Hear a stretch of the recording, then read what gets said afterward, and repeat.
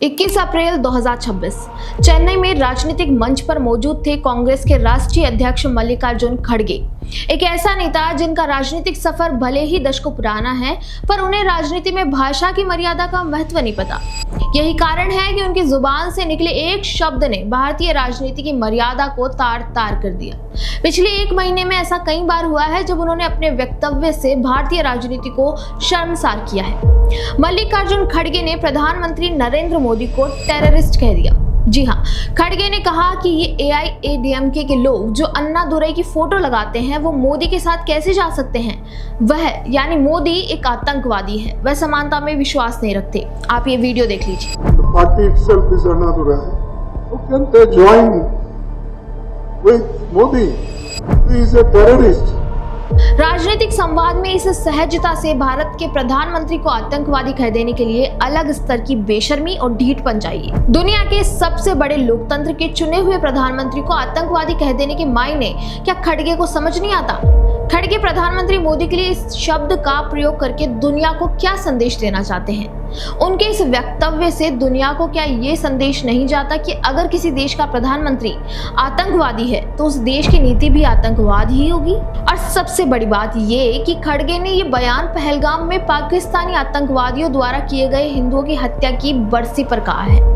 खड़गे के इस बयान को पाकिस्तान कैसे प्रयोग करेगा, ये क्या खड़गे को नहीं पता था, या फिर उन्हें शायद पता है और उन्होंने इसीलिए ऐसा बयान दिया है ताकि उनके बयान को आगे रखकर पाकिस्तान यह कह सके कि देखिए, अभी तक तो भारत पर आतंकवाद का आरोप केवल हम लगाते थे, अब भारत के विपक्षी दलों के सबसे प्रमुख नेता भी यही आरोप लगा रहे हैं। जाहिर है कि पाकिस्तान ऐसा ही करेगा, क्योंकि इतिहास गवाह है कि जब भी कांग्रेसी या उनके सहयोगी राजनीतिक दलों के नेता भारतीय सरकार, भारतीय सेना या फिर मोदी सरकार के खिलाफ बयान देते हैं तो पाकिस्तान उन बयानों का प्रयोग अपने नैरेटिव के लिए करता है। खड़गे के इस बयान को भी उनके अन्य आपत्तिजनक बयानों की तरह भुला दिया जाएगा। जो इकोसिस्टम राजनीति में शुचिता की डिमांड करता रहता है वह बड़े आराम से अपने मुंह पर पट्टी लगाकर रहेगा। खड़गे ने आतंकवादी उस पार्टी के सबसे बड़े नेता को कहा है जिस पार्टी की ये परंपरा रही है कि उसके नेता राजनीतिक संवाद में भी राजनीतिक विरोधियों के लिए विपक्ष शब्द का इस्तेमाल नहीं करते, वे अपने राजनीतिक विरोधियों के लिए प्रतिपक्ष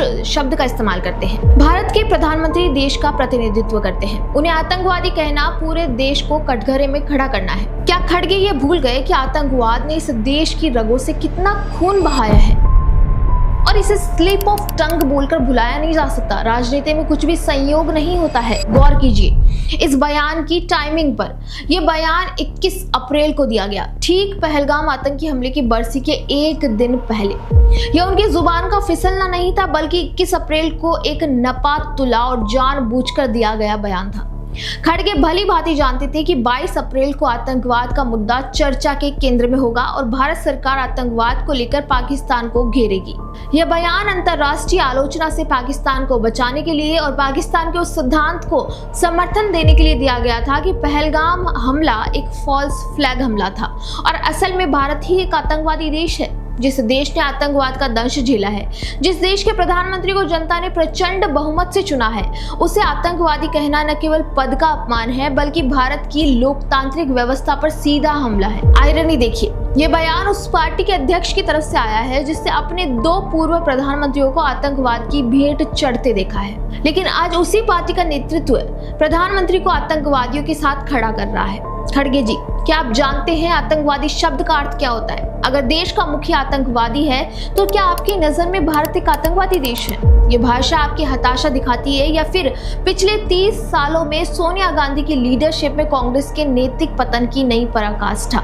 पिछले 30 वर्षों में सोनिया गांधी को कमान मिलने के बाद कांग्रेस में आतंकवादियों के लिए अलग ही सॉफ्ट स्थान दिखाई देता है।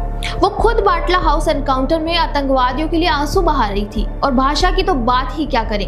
कांग्रेसी नेताओं ने राजनीतिक भाषा का स्तर जिस हद तक गिरा दिया है उससे लौटना अब मुश्किल है। जहां मोदी सरकार ने विरोधियों को सम्मान दिया, वहीं कांग्रेस ने हमेशा प्रधानमंत्री के लिए जहर ही उगला है। कभी मौत का सौदागर, कभी नीच, कभी चौकीदार चोर है और अब आतंकवादी। पर कांग्रेस से और उम्मीद भी क्या करें। ये वही कांग्रेस है जिसके नेता राहुल गांधी कई बार मसूद अजहर जैसे खूंखार आतंकवादी को मसूद अजहर जी कहकर संबोधित करते हैं। दिग्विजय सिंह के लिए आतंकवादी हाफिज सईद साहब हैं।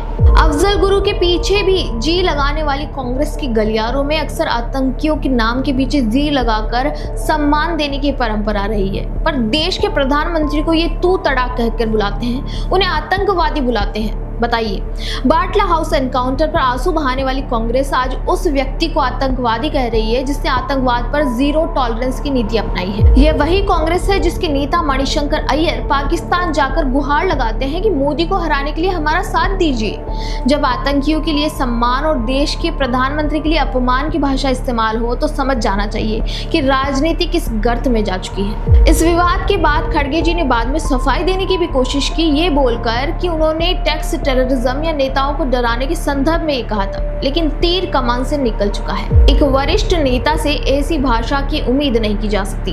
प्रधानमंत्री किसी पार्टी का नहीं, पूरे राष्ट्र का गौरव होता है। उन्हें आतंकवादी कहना करोड़ों भारतीयों के जनादेश का अपमान है। भारत की जनता देख रही है कि सत्ता की भूख में कौन देश की गरिमा को दांव पर लगा रहा है। प्रधानमंत्री को आतंकवादी बताने पर आपके क्या विचार हैं? अपने विचार हमें कमेंट बॉक्स में जरूर बताएं। वीडियो पसंद आए तो लाइक, शेयर एंड सब्सक्राइब करना ना भूलें।